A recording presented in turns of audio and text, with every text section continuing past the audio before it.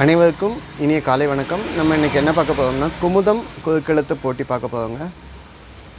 ஓகேங்களா, குறுக்கெழுத்து போட்டி 507. இந்த புக்கு எனக்கு அனுப்பி தந்த சப்ஸ்கிரைபருக்கு நன்றிங்க. 2/9/2026ங்க. ஓகேங்களா, வாங்க சால்வ் பண்ணிடுவோம்.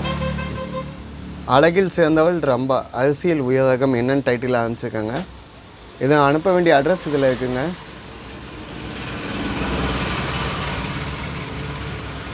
குமுதம் குறுக்கெழுத்து போட்டி எண் 507, தபால் பெட்டி எண் 2592, சென்னை 11.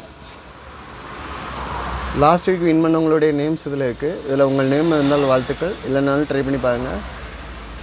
அழகரசன் சேலம், ஓகேங்களா. வரதராஜன்பேட்டை சென்னை அகெயின். நாகர்கோவில் வரைக்கும் வின் பண்ணியிருக்காங்க. ஆக்சுவலாக நிறைய பேர் குமுதம் ப்ரைஸ் வின் பண்ணி அவங்களுக்கு ப்ரைஸு கிடைக்கலன்னு கம்ப்ளைண்ட் வந்துகிட்டே இருக்குது. அதை எடிட்டருக்கு இந்த வீடியோ போடணுன்னா நன்றிங்க. வாங்க சால்வ் பண்ணலாம். இடமிருந்து வலம். முதல் கேள்வி, இதயத்துடன் தொடர்புடைய ஹீரோ. இதயத்தோட தொடர்புடைய ஹீரோ அப்படின்னு யாராவது கேட்டிருக்காங்க அப்படின்னா பதில் என்னென்னா முரளி. முரளி 1991 நடித்த ஹீரோ கூட நடித்த படம் ஹிட்டாச்சு. இதயம் முரளி அப்படின்னு சொல்ல ஆரம்பித்தாங்க. ஓகேங்களா. இப்போது அவள் பையன்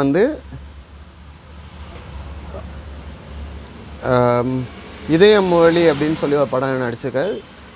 அதர்வா முரளி பையன், அவர் முரளி பையன் அதர்வா நடிச்சிருக்காரு. ஓகே, ஒன்று மேலேருந்து கீழே என்ன.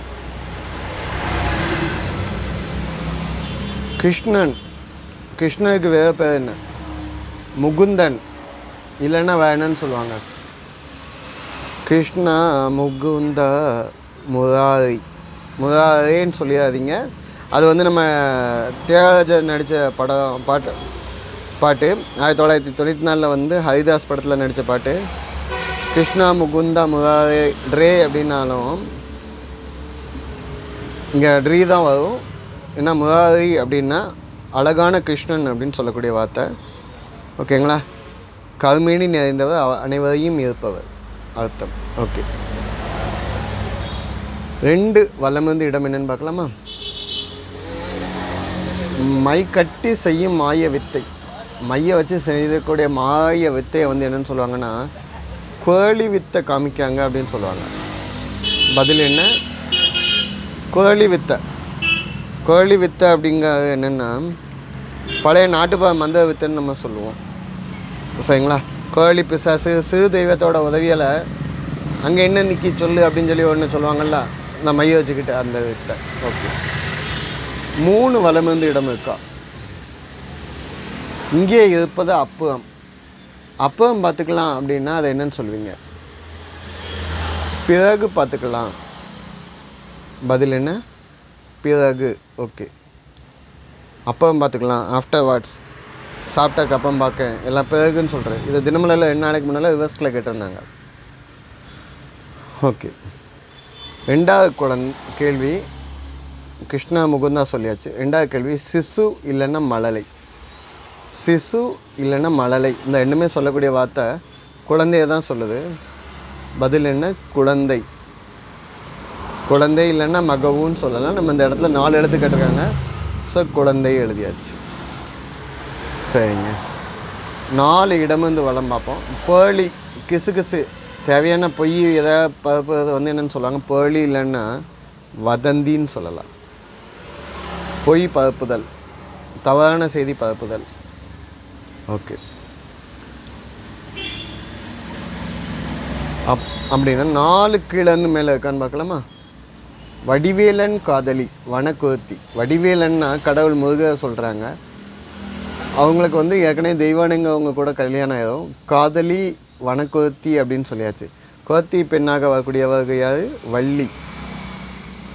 ஓகே, அப்போ 4 வலமிருந்து இடம் என்ன? அன்றைய தமிழர் ஆயுதமாய் எரிந்த பூமராங். நம்ம எரிஞ்சது நம்ம கைக்கே திரும்பி வளரக்கூடியது என்னன்னு சொல்லுவோம்? வளரி.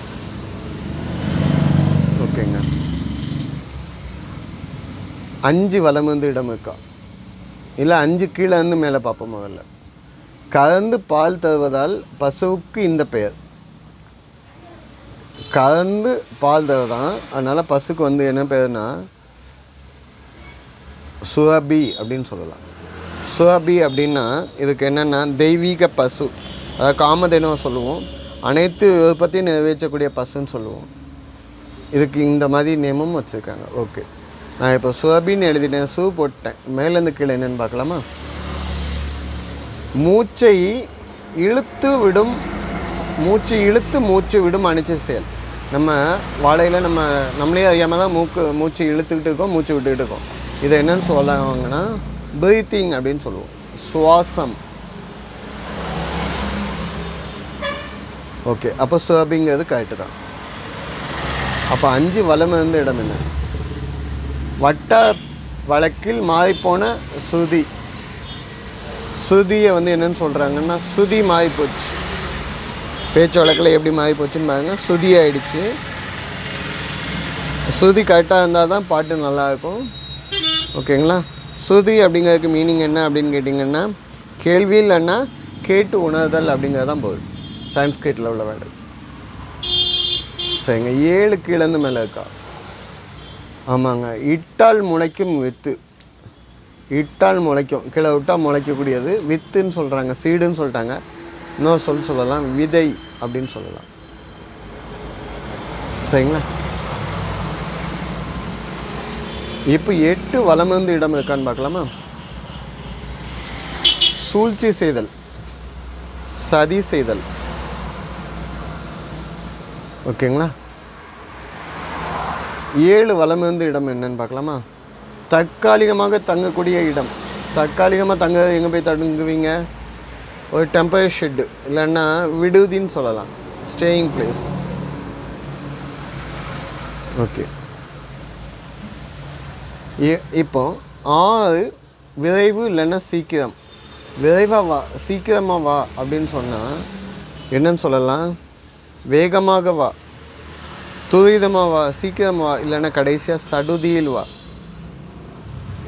கடவுள் முருகர் கும்பிடையில் மயில் மீது ஏறி சடுதியில் வா, விரைந்து வா அப்படின்னு சொல்லுவாங்க. சரிங்க, 6 கீழேருந்து மேலே இல்லை, 9 கீழேருந்து மேலே. வான் ஒலி, வானத்தில் ஒலிக்கக்கூடிய ஒலியாம், தெய்வீக ஒலின்னு சொல்லுவாங்க. ஆகாச வாணின்னு அதுக்கு தமிழ் அர்த்தம். அதுக்கான வேர்டு என்ன அப்படின்னு கேட்காங்க, அசரி. கம்சனுக்கு வந்து அசரி சொல்லிச்சுல்ல, 8வது குழந்தை வந்து ஒன்று கொல்லதுக்கு வரும் அப்படின்னு சொன்னாங்கல்ல, அந்த மாதிரி தெய்வீக குரல். சரிங்க, 7 இடமந்து வளம் ஆல்ரெடி சால்வ் ஆகிடுச்சுங்க. கர்மா, நம்ம சடுதி எழுதணும், விடுதி எழுதணும், சதி எழுதணும். ஸோ இங்கே விதி என்ன பண்ணிவிட்டு ஆட்டோமேட்டிக்காக சால்வ் ஆகிடுச்சு. விதி, நல்லதே நினைத்தால் நல்லதே நடக்கும். ஓகே, 4 மேலேருந்து கீழே என்ன? ஊதுபத்தி. பேச்சு வழக்கில் வத்தி இருக்கா? ஊதுவத்தி இருக்கா? ஊதுபத்திங்கிறது ஊதுவத்தி ஆயிடுச்சு, வத்தி. ஓகே, அடுப்பறிக்கும் கட்டை. 7 மேலேருந்து கீழே. அடுப்பறிக்கக்கூடிய கட்டை வந்து என்னன்னு சொல்லுவோம்? விறகு. சரிங்க, 8 மேலேருந்து கீழே என்ன? அழகில் சேர்ந்தவள் ரம்பா. அரிசியில் உயரகம், அதுதான் இங்கே டைட்டிலு. வந்தாச்சு, என்னது? சம்பா. பதில் என்ன? சம்பா. சம்பா அரிசி வந்து காவிரி டெல்டா பகுதியில் விளையக்கூடியது. நீண்ட காலம் பயிர் செஞ்சால் விளையக்கூடியது. அது குறுகிய கால விளைச்சல் கிடையாது. 130லேருந்து 160 நாள் ஆகும். நம்ம சாப்பிட்ற சம்பா என்ன சம்பாலாம் சாப்பிட்றீங்க அப்படின்னா, பிரியாணிக்கு சீரக சம்பா யூஸ் பண்ணுவீங்க, மாப்பிள்ளை சம்பா இருக்குது, மிளகு சம்பா இருக்குது, இலுப்பைப்பூ சம்பா இருக்குது. ஓகேங்க, 11 வலமிருந்து இடம் என்ன? கழுகு மரத்தின் காய். கழுகு மரம் அப்படின்னா நீங்கள் என்ன மரம் சொல்லுவீங்க அப்படின்னா பாக்கு மரம். பாக்கு மரத்தை தான் பார்க்க கழுகு மாதிரி இருக்கிறனால கழுகு மரம்னு சொல்லுவாங்க. அதுலேருந்து வரக்கூடிய காய் என்ன? பாக்கு. பாக்கு ஆல்ரெடி கூருக்கு, பாக்கு. சரிங்களா? 10 கீழேருந்து மேலே இருக்குது.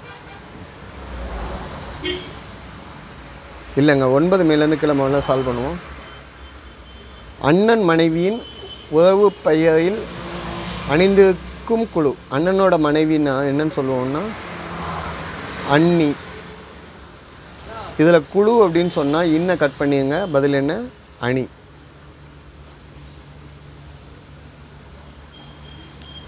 ஓகேங்க. அப்போ 19 வலமந்து இடம் என்னன்னு பார்க்கலாமா? புதை குண்டு, என்ன வெடி, புதைச்சி வச்சுக்கக்கூடிய குண்டை வந்து என்னன்னு சொல்லுவாங்க? லேண்ட்மைன் அப்படின்னு சொல்லுவாங்க. அதாவது கன்னி வெடி, நிலக்கன்னி வெடி அப்படின்னு சொல்லுவோம். மிதி வெடி அப்படின்னு கூட சொல்லலாம். சரிங்க. 10 கீழேருந்து மேலே என்ன இருக்குது? நறுக்கு என்று இதையும் நறுக்கலாம். நறுக்குன்னு என்றையும் எதையும் நறுக்கலாம். இதனால் எதை வச்சு நறுக்குன்னு வெட்டுவோம்? கத்தி.